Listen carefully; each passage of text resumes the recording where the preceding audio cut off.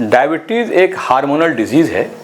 इसमें blood sugar level जो normal range है उससे ऊपर आ जाता है। बट इंडिया में जो आयुर्वेदिक फिजिशियन था, डायबिटिक पेशेंट के यूरिन को टेस्ट किया। अच्छा। वहीं पर पता चला कि डायबिटिक पेशेंट का यूरिन मीठा होता है। वहीं से वर्ड आया मधुमेह। अच्छा, ये इतिहास बहुत पुराना है। तो लेटेस्ट अपडेट क्या है सर डायबिटीज को लेके? कौन सी दवा ऐसी है लेटेस्ट अपडेट जो राहत भरी है पेशेंट के लिए? पहले डायबिटीज के मरीजों का तादाद बहुत कम हुआ करता था। वक्त के साथ जैसे जैसे मॉडर्नाइजेशन होता गया, लाइफस्टाइल बदला, वो परसेंटेज बढ़ता चला जा रहा है। एक बहुत बड़ा मुसीबत बन रहा है। तो ये डायबिटीज के लक्षण क्या क्या हैं डॉक्टर साहब? कुछ खास लक्षण से जिसे बहुत आसानी से लोग समझ जाते हैं, जैसे पेशाब का बार बार लगना, अच्छा है ना, प्यास ज्यादा लगना, भूख ज्यादा लगना, कमजोरी होना, पेशाब में चींटी लगना। डॉक्टर साहब एक चीज ये खास बात ये कि जिनको डायबिटीज इस वक्त नहीं हुई है, तो थोड़ा इस पे भी रोशनी डालें आपके किस तरह की बदपरहेजी या बदध्यानी की वजह से किन लोगों को डायबिटीज होने के चांसेस होते हैं? थोड़ा सा बाहर का खाने पीने पे परहेज करना चाहिए और लाइफ को थोड़ा सा टेंशन फ्री रहना चाहिए, नींद प्रॉपर लेना चाहिए, ताकि टेंशन से भी डायबिटीज का लेवल हाई होता है। तो वो भी बहुत टेंशन से बचने की जरूरत है। डायबिटिक मरीज को जब हार्ट अटैक आता है तो उसको पेन नहीं होता है। अच्छा, इट इज बोलते हैं साइलेंट MI। ये बहुत इंपॉर्टेंट है। ये इसलिए आम लोगों को पता होना चाहिए कि अगर आप डायबिटिक है तो आपको जब हार्ट अटैक आएगा तो आपको चेस्ट पेन नहीं हो सकता है। इस वक्त सारी दुनिया डिफरेंट तरह की बीमारियों से जूझ रही है। कुछ बीमारियां ऐसी भी ख़तरनाक है जिस पे मेडिकल साइंस ने बहुत हद तक कामयाबी हासिल की है, लेकिन वहीं दूसरी तरफ कुछ ऐसी बीमारियां हैं जो आम तो हैं पर मेडिकल साइंस इस मामले में अब तक बहुत ज़्यादा सक्सेस होता दिखाई नहीं दे रहा है। उन्हीं में से एक बीमारी डायबिटीज़ की है, मधुमेह की है, जो इस वक्त सारी दुनिया में जिससे कि तबाही मची हुई है और सारी दुनिया के लोग इससे कराह रहे हैं। उसी सिलसिले में आज हम यहाँ बात करने के लिए आए हैं। बहुत ही इस डायबिटीज़ को लेकर बहुत ही आगे बढ़ चढ़ कर इसके इलाज को लेकर मशहूर डॉक्टर MBBS MD मेडिसिन हैं डॉक्टर जमालुद्दीन साहब, जो Jananayak Karpoori Thakur government medical college Madhepura में असिस्टेंट प्रोफेसर भी हैं और किशनगंज सेहत नर्सिंग होम के डायरेक्टर भी हैं। तो आज हम इनसे जानेंगे कि डायबिटीज़ की बीमारी क्या है और इससे डायबिटीज़ के मरीजों को किस तरह से राहत पहुंचाई जाए, इस पे हम बात करेंगे डॉक्टर जमाल साहब से। डॉक्टर जमाल साहब इस वक्त जी वालेकुम, इस वक्त हम आपसे बात करने के लिए आए हैं खासकर डायबिटीज़ को लेकर, चूँकि इस वक्त सारी दुनिया डायबिटीज़ से बड़ी परेशान है। बेशक। और हम खुद अपने इस किशनगंज शहर और ज़िला में देख रहे हैं कि जहाँ भी जाते हैं कोई ऐसा घर नहीं है जहाँ पे कि डायबिटीज़ के मरीज़ ना हो। तो ऐसी सूरत में हम डायबिटीज़ को लेकर कुछ सवालात आपसे करेंगे, जानना चाहेंगे और आप उसका जवाब दें ताकि ज़्यादा से ज़्यादा लोगों को इसका फ़ायदा पहुंच सके और लोग इसको जान सकें। तो सबसे पहले ये बताया जाए डॉक्टर साहब कि डायबिटीज़ है क्या? देखिए, डायबिटीज़ एक हार्मोनल डिजीज़ है। इसमें ब्लड शुगर लेवल जो नॉर्मल रेंज है उससे ऊपर आ जाता है। फास्टिंग ब्लड शुगर 110 से ऊपर हो जाता है और ब्लड पोस्ट पैरेंटल जिसको PP बोलते हैं वो 140 से ऊपर चला जाता है और पेशाब में शुगर आने लगता है ना। इसको हम लोग डायबिटीज़ कहते हैं। ये एक हार्मोनल डिजीज़ है। इसको अगर ऐसा समझना चाहें तो हमारे बॉडी में एक ऑर्गन का नाम है पैनक्रियाज। पैनक्रियाज के अंदर कुछ स्पेसिफिक टाइप ऑफ सेल होता है जिसको बीटा सेल कहते हैं। यहीं से एक इंसुलिन नाम का हार्मोन निकलता है। अच्छा। ये इंसुलिन ही जो है रेगुलेट करता है शुगर के लेवल को। अच्छा। हम कुछ भी खाते हैं तो सबसे पहले हमारे पेट में जाता है, वहाँ उसका एब्जॉर्प्शन होता है। वो चाहे वो कार्बोहाइड्रेट के फॉर्म में खाना खाएं, प्रोटीन के फॉर्म में लें, फैट के फॉर्म में लें, सारा का सारा चीज़ एब्जॉर्ब होकर सबसे पहले लीवर में जाता है। अच्छा। लीवर में एज ए ग्लाइकोजन स्टोर होता है। अब हमको जब बॉडी में रिक्वायरमेंट होता है एनर्जी का, तो हमारा पूरे बॉडी का सारा सेल का जो सोर्स ऑफ एनर्जी है वो ग्लूकोज है। तो सारी की सारी चीज़ें, कार्बोहाइड्रेट हो, प्रोटीन हो, फैट हो, जो भी चीज़ें हैं वो सब लीवर के अंदर जाकर सबसे पहले वो ग्लूकोज में कन्वर्ट होता है, जिसको कहते हैं ग्लाइकोजेनोलाइसिस। अच्छा। है ना। तो जब बॉडी में रिक्वायरमेंट होता है एनर्जी का तो वो ग्लूकोज रिलीज करता है कि ग्लूकोज बनाता है। अब ग्लूकोज सेल के अंदर कैसे जाएगा, तभी तो हर सेल को एनर्जी चाहिए, चाहे आरबीसी हो, चाहे ब्रेन सेल हो, चाहे कोई भी सेल हो, हार्ट के अंदर सेल हो। तो उस सेल के अंदर जो ग्लूकोज जाता है उसमें मेन फैक्टर होता है इंसुलिन। इंसुलिन सेल के अंदर ग्लूकोज को इंटर कराता है। अच्छा।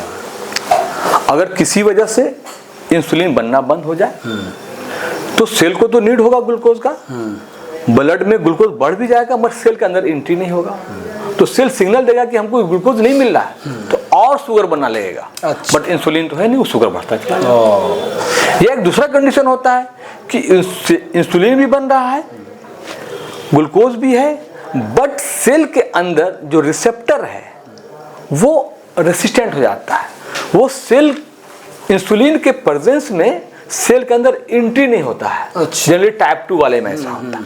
टाइप 1 वाले में इंसुलिन नहीं बनता है, टाइप 2 वाले में सेल रेसिस्टेंट हो जाता है ड्यू टू मोटापा, अदर फैक्टर है, तो उसको टाइप 2 डायबिटीज कहते हैं। जी। ये डायबिटीज का इतिहास क्या है डॉक्टर साहब? देखिए, डायबिटीज तो ऐसे बोला जाता है काफी एंशिएंट डिजीज है, बहुत पहले इसको खोजा गया था। आप ये समझ लीजिए कि इजिप्ट में, जिसको पहले मिस्र बोलते थे, वहाँ 1525 बीसी में, ईसा पूर्व 1550 में एक लिटरेचर लिखा गया था, एप्स पैपरस। अच्छा। वहाँ का फिजिशियन उस टाइम में 1550 ईसा पूर्व में लिखा गया था इस पे डायबिटीज के बारे में। बट इंडिया में जो आयुर्वेदिक फिजिशियन था उन्होंने 550 बीसी में, तो ईसा पूर्व 550 में सबसे पहले डायबिटिक पेशेंट के यूरिन को टेस्ट किया। अच्छा। वहीं पर पता चला कि डायबिटिक पेशेंट का यूरिन मीठा होता है, वहीं से वर्ड आया मधुमेह। अच्छा। ये इतिहास बहुत पुराना है। अब ये बात अलग है कि पहले डायबिटीज के मरीजों का तादाद बहुत कम हुआ करता था, वक्त के साथ जैसे जैसे मॉडर्नाइजेशन होता गया, लाइफ स्टाइल बदला, वो परसेंटेज बढ़ता चला जा रहा है। एक बहुत बड़ा मुसीबत बन रहा है। डायबिटीज कैसे हमारे जिस्म को नुकसान पहुंचाता है डॉक्टर साहब? इसके क्या क्या मतलब जिस्म पे असर? देखिए, हमारी बॉडी में कोई भी चीज़ है जब एक बैलेंस लेवल में रहता है वो आपके लिए फायदेमंद चीज़ है। कोई भी चीज़ का लेवल उससे ज़्यादा होगा तो वो नुकसान करेगा। सेम कंडीशन डायबिटीज़ में, इसमें क्या है, शुगर का लेवल अपने लेवल से ज़्यादा होने लगता है। अच्छा। तो वो एज ए पॉइजन काम करता है। शुगर का लेवल 180 से ज़्यादा आएगा तो वो किडनी से फिल्टर होकर के यूरिन के थ्रू आएगा। तो जैसे जैसे शुगर का लेवल बढ़ेगा, जितना सेल के आसपास, जो भी सेल के आसपास शुगर का लेवल ज़्यादा रहेगा उस सेल को डैमेज करेगा। मतलब इस तरह से तमाम बॉडी के सेल को ये नुकसान करेगा। तो ये डायबिटीज के लक्षण क्या क्या हैं डॉक्टर साहब? कुछ खास लक्षण से जिससे बहुत आसानी से लोग समझ जाते हैं, जैसे पेशाब का बार बार लगना, अच्छा, है ना, प्यास ज़्यादा लगना, भूख ज़्यादा लगना, कमजोरी होना, पेशाब में चींटी लगना। बट पेशाब ज़्यादा होने के और भी बहुत सारी वजह और भी रीज़न हो सकते हैं, जैसे प्रोस्टेट का बढ़ जाना, पेशाब में इन्फेक्शन हो जाना, है ना। तो ये अलग, बट इसमें भी एक खास ये है कि पेशाब बार बार लगता है डायबिटीज़ वाले को। डॉक्टर साहब, एक चीज़ ये खास बात ये है कि जिनको डायबिटीज़ इस वक्त नहीं हुई है, हाँ। तो थोड़ा इस पर भी रोशनी डालें आपके किस तरह की बदपरहेजी या बदध्यानी की वजह से किन लोगों को डायबिटीज़ होने के चांसेस होते हैं? देखिए, डायबिटीज़ होने के चांसेस कुछ खास है जी। एक तो है जेनेटिक, अगर घर में फैमिली मेंबर को है, माँ बाप को है, तो होने का चांस बढ़ जाता है। अब उसमें है कि उसको आप डिले कर सकते हैं कि मेरे पास डायबिटीज काफी लेट में आए या ना आए। हाँ। उसमें है कि आपका खान पीन, आप ज्यादा मीठा सामान खा रहे हैं, फैटी फूड खा रहे हैं, आपका मोटापा बढ़ता जा रहा है, आपका लाइफ स्टाइल सेडेंटरी है, मतलब आउटडोर, बच्चे अब क्या है आउटडोर गेम नहीं कर रहे हैं, है ना। तो बॉडी में जब फैट आएगा, मोटापा आएगा, तो बॉडी का सेल रेसिस्ट कर जाएगा। अच्छा। जिसके वजह से टाइप 2 होने का चांस बढ़ जाता है।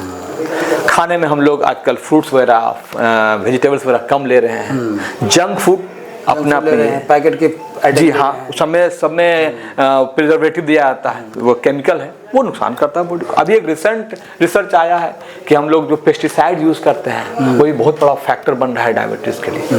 तो इन चीज़ों से परहेज करना चाहिए कि लाइफ थोड़ा सा सेडेंटरी लाइफ ना हो, डेली चले फिरे डेली, है ना, लिमिट में खाना खाएं और बाहर की चीज़ें कम खाएं। अच्छा डॉक्टर साहब, एक डायबिटीज़ के मामले में ख़ास बात ये देखने में आती है कि जो डायबिटीज़ के मरीज़ होते हैं तो वो इंसुलिन लेने से बचने की कोशिश करते हैं, तो किस तरह के जो डायबिटीज़ के मरीज़ हैं, कब उनको ज़रूरत पेश आ जाती है इंसुलिन लेने की? देखिए, जाहिर सी बात है, इंसुलिन जब भी लेना होगा तो इंजेक्शन लेना होगा, वो पेनफुल चीज़ है, कोई नहीं लेना चाहेगा। बट कुछ खास कंडीशन है जिसमें इंसुलिन लेना मजबूरी हो जाता है। अच्छा। जैसे टाइप 1 डायबिटीज़, क्योंकि टाइप 1 डायबिटीज़ में इंसुलिन बनता ही नहीं है। जब इंसुलिन नहीं बनेगा तो आपको हर हाल में लेना होगा, खासकर ये बच्चे में, कम एज वाले में ज़्यादा होता है। तो उस कंडीशन में तो कोई दूसरा सोल्यूशन नहीं है, आपको इंसुलिन लेना ही पड़ेगा। दूसरा कंडीशन है, आप प्रेगनेंसी है, उसमें डायबिटीज आ गया, तो मैक्सिमम दवाइयाँ जो है प्रेगनेंसी में टैबलेट, वो नुकसान करता है फीटस को, बच्चे को। अच्छा, पेट में जो बच्चा पल रहा है। अच्छा। तो वहाँ इंसुलिन लेना ज़्यादा अच्छा है। और किसी को कोई ऑपरेशन करना है तो वहाँ डायबिटीज, शुगर, इंसुलिन लेना है लेवल पे लाने के लिए, वो टैबलेट सूटेबल नहीं होता है। किसी को डायबिटिक फुट हो गया तो घाव जल्दी हील करे, उसमें लेना होता है। और जब किडनी आपका इन्वॉल्व हो गया, तो किडनी एक बार आपका इन्वॉल्व हो गया, किडनी डैमेज होने लगा, तो इंसुलिन सबसे सेफ माना जाता है। अच्छा, तब उस कंडीशन में लेना ही चाहिए। और मैं ये रिकमेंड करता हूँ लोगों को कि अगर आपका किडनी में इन्वॉल्वमेंट होना शुरू हो गया, तो जितना जल्दी आप डायबिटीज पे, इंसुलिन पे शिफ्ट कर जाएं, उतना अच्छा आपके सेहत के लिए और आपके किडनी के लिए होगा। अच्छा, जिनको अगर एक बार इंसुलिन पड़ गया तो क्या उन्हें हमेशा लेते रहना पड़ेगा? नहीं, कंडीशन सबके लिए लागू नहीं, कंडीशन पे डिपेंड। सपोज दैट किसी को ऑपरेशन होना है, ऑपरेशन के बाद फिर टैबलेट हो जाएगा। अच्छा। प्रेगनेंसी के टाइम में इंसुलिन चला, डिलीवरी होने के बाद फिर टैबलेट हो जाएगा, या हो सकता है खत्म भी हो जाए आफ्टर जेस्टेशन, कभी वो शुगर फिर कंट्रोल नॉर्मल हो जाता है। अच्छा। है ना? या किसी का डायबिटिक फुट है ना? अब किसी का किडनी में गड़बड़ होने लगा और इनिशियल स्टेज है, डायबिटीज कंट्रोल हो गया, आप फिर बाद में टैबलेट कर सकते हैं, वैसा टैबलेट जो किडनी को नुकसान ना पहुंचाए। बट अगर किडनी ज्यादा डैमेज हो गया है, तो अगर आपको डॉक्टर रिकमेंड कर रहा है कि इंसुलिन लेना है, तो जरूर लेना चाहिए, उसमें कोताही नहीं करना है। अच्छा। और जिनको एक बार डायबिटीज क्लियर हो गया कि ये आप डायबिटिक हैं, और उनको एक बार दवा शुरू कर दी गई, तो क्या वो जिंदगी भर के लिए वो दवा उन्हें लेना पड़ेगा? देखिए, डायबिटीज एक सब्जेक्टिव डिजीज है, ऑब्जेक्टिव नहीं है। जैसे है ना, मलेरिया है तो मलेरिया हुआ, ठीक हो गया, सबको मलेरिया उसी तरह का फीवर आएगा। डायबिटीज अलग अलग है। अब सपोज दैट कोई आदमी 80 साल की उम्र में भी खूब मीठा खा रहा है, उसको शुगर नहीं है तो नहीं है ना, उसका इंसुलिन, उसका बीटा सेल बहुत एक्टिव है, इंसुलिन बना रहा है, सब ठीक। किसी को डायबिटीज होता है तो वो सिर्फ इतना ही करता है कि खाने पीने में परहेज कर लेता है, शुगर कंट्रोल होता है, जिंदगी भर कंट्रोल होता है। अच्छा। किसी को डायबिटीज होता है, वो फिजिकल एक्टिविटी बढ़ा देता है, खाने में कंट्रोल करता है, तो डायबिटीज कंट्रोल हो जाता है। किसी को सिर्फ एक टैबलेट ही चलता रहता है, जिंदगी भर उसी से कंट्रोल आता है। और कुछ लोगों का ऐसा होता है कि सारा टैबलेट चलने के बावजूद कंट्रोल नहीं होता, लास्ट में इंसुलिन लेना पड़ता है। तो ये एक सब्जेक्टिव चीज है, कोई ये नहीं कह सकता सर वो एक ही टैबलेट से कंट्रोल है, मेरा नहीं कंट्रोल है। और कुछ लोग का ऐसा होता है, डायबिटीज कंट्रोल होने के बाद फिजिकल एक्टिविटी मेंटेन रखता है, तो फिर कंट्रोल रहता है, फिर दवा लेने की जरूरत नहीं पड़ती है, मगर वो रेगुलरली उसको चेकअप कराते रहना चाहिए। अच्छा डॉक्टर साहब, एक आम सोच बनी हुई है कि डायबिटीज पेशेंट का जब इंसुलिन चालू हो जाता है, तो वो फिर ये माना जाता है कि उसका जो शुगर लेवल है वो बहुत हाई लेवल पे चला गया है, या बहुत खतरनाक माना जाता है। तो ऐसी हालत में इंसुलिन लेते वक्त किन बातों का एहतियात करना चाहिए? हाँ, देखिए, अब इंसुलिन जो है 3-4 तरह का इंसुलिन आता है। अच्छा। एक इंसुलिन होता है काफी लॉन्ग एक्टिंग, मतलब एक बार इंसुलिन दिए तो लगभग 18 से 24 घंटे तक काम करता है, उसको लॉन्ग एक्टिंग इंसुलिन कहते हैं, ग्लाजिन। अच्छा। दूसरा इंसुलिन होता है मिक्स होता है 30-70, 50-50, उसका ड्यूरेशन ऑफ वर्क होता है 8 से 12 घंटा, है ना, वो 2 टाइम दिया जाता है। अच्छा। तीसरा होता है शॉर्ट एक्टिंग, वो 5-6 घंटा काम करता है, वो तीनों टाइम खाने के साथ दिया जाता है। अच्छा। एक अल्ट्रा शॉर्ट होता है जो वो हॉस्पिटल में इस्तेमाल होता है। अच्छा। तो अगर आपको इंसुलिन डॉक्टर एक टाइम लिखा है तो उसको एक ही टाइम लेना चाहिए, इसलिए कि उसका वर्क जो है 18 से 24 घंटे का। अगर कोई डॉक्टर किसी पेशेंट को 2 टाइम के लिए इंसुलिन लिखा है, दैट में वो मिक्स स्टार्ट होगा, तो आपको उस इंसुलिन को 2 टाइम ही लेना। ऐसा ना कि 2 टाइम लिखा हम अपने मन से 1 टाइम ले रहे हैं, तो उसमें क्या होगा, 8 घंटा तो कंट्रोल रहेगा, 10 घंटा, फिर बाकी 10-12 घंटा वो फिर शुगर लेवल हाई रहेगा। अच्छा। तो ये गलती ना करें, जिसको अगर डॉक्टर ने 2 बार लिखा तो 2 बार ही लेना चाहिए। अच्छा डॉक्टर साहब, एक सबसे अहम बात ये कि चूँकि बहुत सारी ऐसी चीज़ें सामने आती हैं कि कुछ भी बीमारी हुई तो वो पहली चीज़ आती है कि ये डायबिटिक थे। तो ऐसी हालत में ये बताइए कि डायबिटिक जो भी लोग हैं, उन्हें इलाज के दौरान हो या आम जिंदगी, रोज़मर्रा की ज़िंदगी में किन बातों का ख्याल रखना चाहिए अपनी सेहत को लेकर? हाँ, बहुत जेन्युइन क्वेश्चन है ये, बहुत कॉमन क्वेश्चन। देखिए, डायबिटिक लोगों का 2-3 चीज़ बहुत कॉमन होता है। एक तो उसके ब्लड में शुगर लेवल बहुत हाई रहता है। जब भी इन्फेक्शन होगा तो इन्फेक्शन बहुत जल्दी बढ़ेगा। अच्छा, किसी तरह का इन्फेक्शन होगा बहुत जल्दी बढ़ेगा। अच्छा, तो एहतियात रखना है। अगर डायबिटिक पेशेंट का अगर कहीं पे कट छट हो गया तो घाव बहुत लेट से भरेगा। अच्छा, डायबिटिक फुट होने का चांस बहुत ज़्यादा बहुत ज़्यादा हो जाता है। ऐसे लोगों को हमेशा जूता पहन के चलना चाहिए ताकि चोट भी लगे तो घाव ना बने। ठीक है ना। इसके अलावा और क्या बोल रहे थे आप? और एहतियात थोड़ा सा बाहर का खाने पीने पे परहेज करना चाहिए और लाइफ को थोड़ा सा टेंशन फ्री रहना चाहिए, नींद प्रॉपर लेना चाहिए ताकि टेंशन से भी डायबिटीज का लेवल हाई होता है।